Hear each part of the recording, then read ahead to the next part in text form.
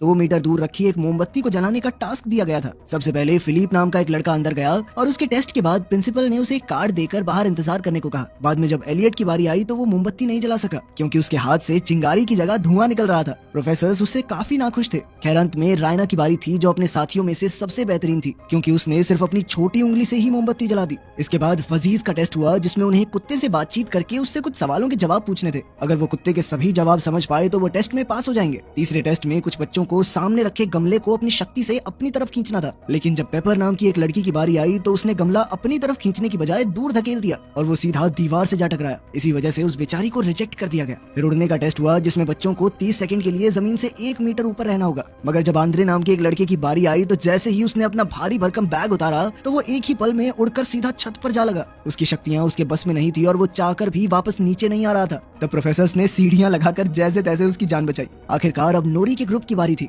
और इस टेस्ट में उन्हें सामने रखी एक बिल्ली को देखकर 6 सेकंड के लिए हूबहू उसके जैसा रूप लेना है। मगर जब नोरी की बारी आई तो उसने अपना रूप बदला तो 2 सेकंड में ही उसकी पीठ में पंख निकल आए, जिसे देखकर सभी प्रोफेसर हैरान रह गए। असल में नोरी दोबारा से अपनी शक्ति पर काबू खो चुकी थी। खैर टेस्ट के बाद उसे भी बाकी बच्चों की तरह एक कार्ड मिला। आखिरकार सबके टेस्ट पूरे होने के बाद सभी बच्चे एक मैदान में इकट्ठे हुए जहाँ उन्हें अपने कार्ड्स खोलने थे ताकि उन्हें पता चले कि वो किस ग्रुप का हिस्सा होंगे। तब रायना ने देखा कि उसे तो आग फेंकने वाले ग्रुप में शामिल कर लिया गया था और वो बेहद खुश थी। मगर नौरी ने देखा कि वो फजर्स ग्रुप में नहीं थी बल्कि उसके कार्ड पर तो यूडीएम लिखा हुआ था, तो उसे समझ नहीं आया कि ये कौन सा ग्रुप है। खैर फिर प्रिंसिपल ने सभी बच्चों को कैफेटेरिया में जाकर अपने ग्रुप की यूनिफॉर्म लेने को कहा, पर नूरी को यूडीएम के निशान वाले रास्ते पर जाना होगा। आखिरकार नूरी ने रायना को अलविदा कहा और वो जंगल के रास्ते पर चलते हुए यूडीएम हेडक्वार्टर्स में पहुंच गई। वहाँ बर्ड ने उसका स्वागत किया और उसे जमीन के नीचे बने एक हॉल में ले गया। जब नूरी उस क्लासरूम में गई तो उसे बाकी बच्चे मिले जो उसकी तरह जादुई टेस्ट में फेल हो गए थे। उन बच्चों को जादू की पढ़ाई नहीं करवाई जाती थी बल्कि उन्हें देश भर के आम बच्चों की तरह आम तरीके से पढ़ाया जाता। ये सुनते ही नूरी को बहुत गुस्सा आया और उसने पूछा कि वो अकेडमी के बाकी बच्चों की तरह जादू क्यों नहीं सीख सकते।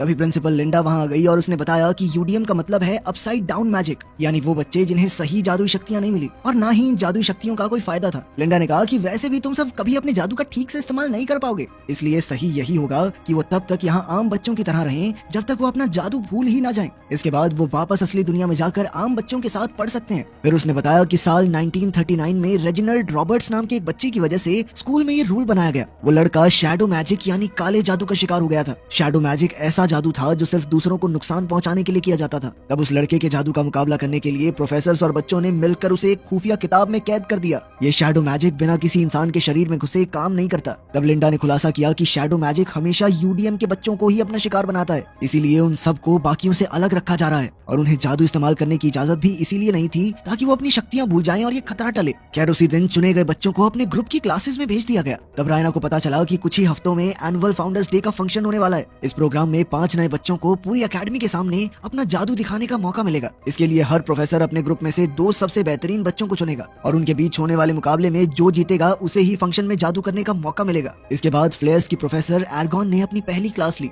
जिसमें उसने रायना को अपनी शक्तियों की मदद से कॉर्न को पॉपकॉर्न में बदलने को कहा। हालांकि रायना काफी घबराई हुई थी पर फिर भी वो टास्क को अच्छे से पूरा कर रही थी। लेकिन तभी फिलिप उसके जादू का मजाक उड़ाने लगा जिससे वो थोड़ा नर्वस हो गई और अचानक सभी पॉपकॉर्न जल गए। ये देखने के बाद आर्गॉन ने रायना को खूब डांटा। तब हम देखते हैं कि 2nd ग्रेड की लड़की चंद्रा कमरे से बाहर खड़ी ये सब देखकर मुस्कुरा रही थी। खैर फिर अगली सुबह बड अपने स्टूडेंट्स को गार्डन में ले गया और उसने कहा कि आज उनके लिए एक सरप्राइज है। जब उसने शेड का दरवाजा खोला तो नूरी को कुछ झाड़ू दिखाई दी और वो बेहद खुश हो गई क्योंकि उसे लगा कि वो झाड़ू पर बैठकर उड़ना सीखेंगे। मगर जब उसने उड़ने की कोशिश की तो वो जमीन पर आ गिरी। तब हमें पता चला कि ये सिर्फ मामूली झाड़ू है, असल में उन्हें ये झाड़ू लेकर स्कूल का गार्डन साफ करना था। अब नूरी झाड़ू लेकर उस इलाके में पहुंच गई जहां बाकी बच्चों की क्लास चल रही थी। उसने देखा कि प्रोफेसर खान बच्चों को एक खास तरह की बिल्ली का रूप लेना सिखा रही थी। जल्द ही नूरी ने सुना कि आने वाले एनुअल फाउंडर्स डे पर किसी एक बच्चे को सबके सामने अपनी काबिलियत दिखाने का मौका मिलेगा। ये सुनते ही नूरी के दिमाग की बत्ती जली और उसने अपने जादू की प्रैक्टिस करने का फैसला किया ताकि वो सबको अपना जादू दिखाकर खुश कर सके और फिर लिंडा उसे बाकी बच्चों के साथ जादू सीखने की इजाजत दे दे। इसके बाद नूरी कोई बहाना करके क्लास के पास जा पहुंची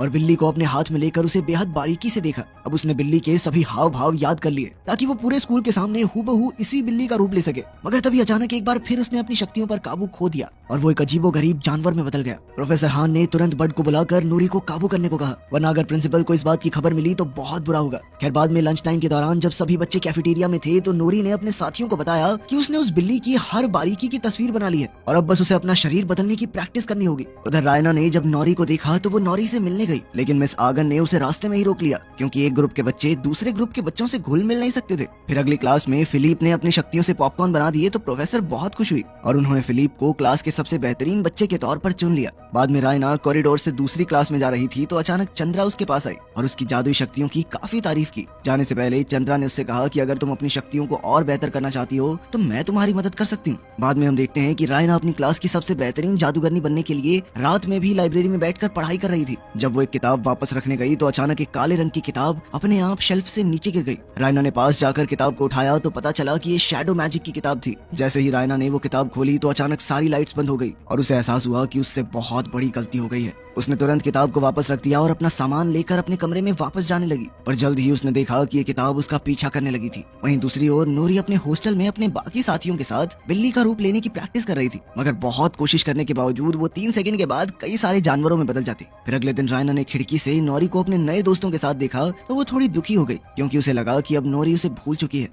तभी अचानक शैडो मैजिक की वो किताब खुद ब खुद उसके बेड पर आ गई और उसके पन्ने अपने आप पलटने लगे। वो एक चैप्टर पर आकर रुके जिसमें अपने अंदर छुपी शक्तियों को उजागर करने की टेक्निक सिखाई गई थी। जब रायना ने ये चैप्टर पढ़ना शुरू किया तो अचानक उसके चारों तरफ एक काला बादल मंडराने लगा और तुरंत उसके शरीर में घुस गया। फिर कुछ घंटों बाद सभी नए बच्चे एक हॉल में इकट्ठा हुए। वो सब हर क्लास के 2 सबसे बेहतरीन बच्चों के बीच होने वाले मुकाबले को देखने आए थे। सबसे पहले फ्लेयर्स की बारी थी जिसमें फिलिप और रायना आमने सामने थे। फिलिप को यकीन था कि वो बड़ी आसानी से मुकाबला जीत जाएगा, मगर रायना ने समय से पहले ही कौन से पॉपकॉर्न बना दिए। फिर प्रोफेसर आर्गन ने पॉपकॉर्न खाए तो वो बेहद खुश हुई क्योंकि वो एकदम परफेक्ट थे। आखिरकार रायना को फ्लेयर्स की तरफ से एनुअल फाउंडर्स डे पर अपना जादू दिखाने के लिए चुन लिया गया। उसी पल नोरी भी वहां पहुंची और उसने कहा कि वो अपना जादू ठीक करने के लिए कई दिन से प्रैक्टिस कर रही है। उसने अपनी काबिलियत दिखाने के लिए एक आखिरी मौका मांगा और तभी एक बिल्ली का रूप ले लिया। इधर प्रोफेसर हान उसका समय नोट कर रही थी, पर 4 सेकंड के बाद ही नोरी की पीठ से फिर से पंख निकल आए और वो अपनी शक्तियों पर काबू खो बैठी। वो बेहद घबरा गई और इसीलिए लगातार अजीबोगरीब जानवरों में बदल रही थी। तब रायना ने अपनी दोस्त को शांत करने की कोशिश की और शैडो मैजिक वाली वो किताब पढ़ने के बाद अब रायना की शक्तियां कई गुना बढ़ चुकी थी और वो भी अपनी आग पर काबू ना पा सकी,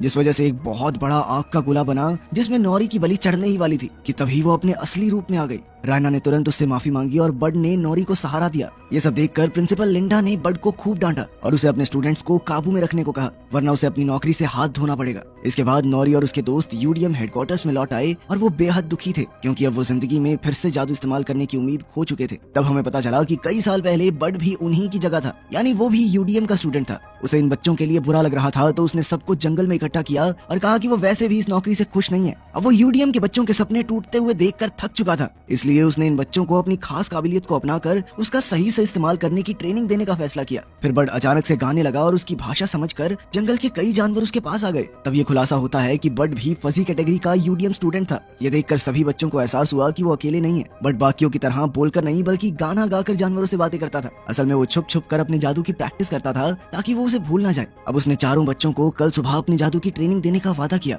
बाद में जब वो वापस लौट रहे थे तो नोरी आज की गड़बड़ के बारे में सोच रही थी, तो उसे एहसास हुआ कि रायना के जादू में कुछ तो गड़बड़ी जरूर है और इसकी असली वजह पता लगाने के लिए उसने रायना से मिलने का फैसला किया। उधर रायना जब अपने कमरे में पहुंची तो चंद्रा वहां शैडो मैजिक की किताब लिए खड़ी थी। चंद्रा ने कहा कि इसी किताब की मदद से आज उसकी शक्तियां इतनी बढ़ गई थी। रायना को एहसास हुआ कि इस किताब की वजह से आज उसकी बेस्ट फ्रेंड नोरी की जान जाने ही वाली थी और उसने गुस्से में आकर चंद्रा को कमरे से बाहर निकलने को कहा, लेकिन चंद्रा के जाने के बाद वो किताब अपने आप जादू से उसके कमरे में आ गई। रायना ने गुस्से में दरवाजा खोला तो वहीं नोरी खड़ी थी और रायना ने उसी पल उसे गले लगा लिया। लेकिन अब शैडो मैनुअल का सच नोरी के सामने ना आ जाए, इसलिए रायना को उसे कमरे से निकालना पड़ा। खैर अगली सुबह बड अपने वादे मुताबिक अपनी टीम को ट्रेनिंग देने लगा। सबसे पहले उसने आंद्रे की कमर पर पाइप बांधकर उसे कहा कि एक ही लेवल पर खुद को रोकने की कोशिश करे। फिर आंद्रे ने अपनी पीठ से बैग उतार दिया और ऊपर उड़ने लगा, लेकिन अब भी वो अपनी मर्जी से नीचे नहीं आ पा रहा था। लेकिन जैसे जैसे ट्रेनिंग आगे बढ़ी तो धीरे धीरे बच्चे अपनी अलग अलग खासियत को अपनाने लगे। अब वो बाकी बच्चों की तरह एक ही तरह के जादूगर नहीं बनना चाहते थे। इसी दौरान उन सब के बीच गहरी दोस्ती भी हो गई और धीरे धीरे वो अपने जादू पर थोड़ा काबू करना सीख गए थे।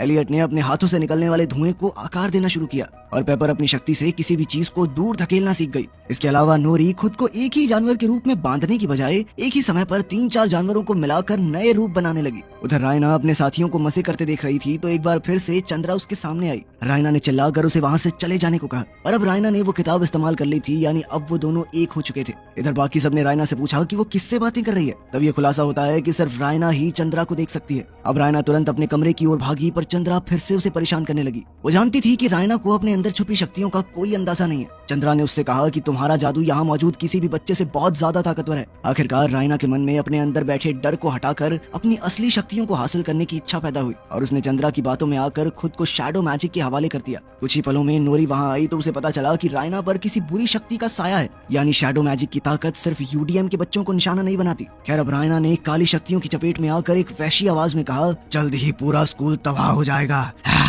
इसलिए अगर नोरी को अपनी जान प्यारी है तो उसे भाग जाना चाहिए। नोरी तुरंत भागकर प्रोफेसर बड के पास गई और उन्हें सब कुछ बता दिया। तब नोरी के साथियों ने ये सच प्रिंसिपल को बताने का फैसला किया, लेकिन बड ने कहा कि लिंडा इस बात पर कभी यकीन नहीं करेगी, इसलिए उसने बच्चों को अगले दिन तक इंतजार करने को कहा। उसे विश्वास था कि वो बुरी आत्मा कल यानी एनुअल फाउंडर्स डे के दिन हमला जरूर करेगी। फिर अगली सुबह सभी बच्चे और प्रोफेसर्स गार्डन में इकट्ठा हुए और लिंडा ने रायना को स्टेज पर बुलाया ताकि वो अपने जादू का नमूना दिखा सके। पहले तो रायना ने अपनी जगह पर बैठे हुए ही आग से हवा में अक्षर लिखकर सबका स्वागत किया। फिर उसने खड़े होकर कहा कि उसने आज के लिए कुछ खास तैयार किया है। तभी अचानक उसने अपने हाथ में बहुत ही बड़ा आग का गोला बनाया और रायना की परछाई बड़ी होते हुए पूरे गार्डन में फैल गई। फिर उसके अंदर से एक डरावनी आवाज आई जिसने कहा कि वो इतने सालों के इंतजार के बाद लौट आया है। ये सुनते ही प्रोफेसर समझ गए कि ये वही आत्मा है जिसने कई साल पहले रेजिनल को वश में किया था। तब सबको एहसास हुआ कि शैडो मैजिक सिर्फ यूडीएम के बच्चों को अपना शिकार नहीं बनाता। अब इस राक्षस को सब कुछ तबाह करने से रोकने के लिए प्रोफेसर आर्गन और उसके स्टूडेंट्स ने मिलकर एक विशाल आग के गोले से उस पर हमला किया, लेकिन उस राक्षस को कोई फर्क नहीं पड़ा। इसके बाद प्रिंसिपल के कहने पर फजीज ने जानवरों को बुलाया ताकि वो इस राक्षस का मुकाबला कर सकें,